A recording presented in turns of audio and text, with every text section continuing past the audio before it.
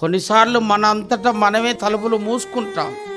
మన అవిధేయత, మన బుద్ధిహీనత, మన బుద్ధి తక్కువతనం, మన తెలివి తక్కువతనం, మన పిచ్చితనం, మన మూర్ఖత్వంతో మనమే డోర్లు మూసుకుంటాం. అది మన తప్పు అయినా సరే, ఆ డోర్లు మూయబడ్డానికి గల కారణం మనమే అయినా, మన తలుపులు మనమే మూసుకున్నా, మన నాశనానికి కారణం మనమే అయినా, దేవుడు కృప కలిగిన వాడు గనక మనమేమన్నా చేసుకుంటామని చెప్పి ఆయనే మళ్ళీ తిరిగి ద్వారాలు తెరుస్తాడు.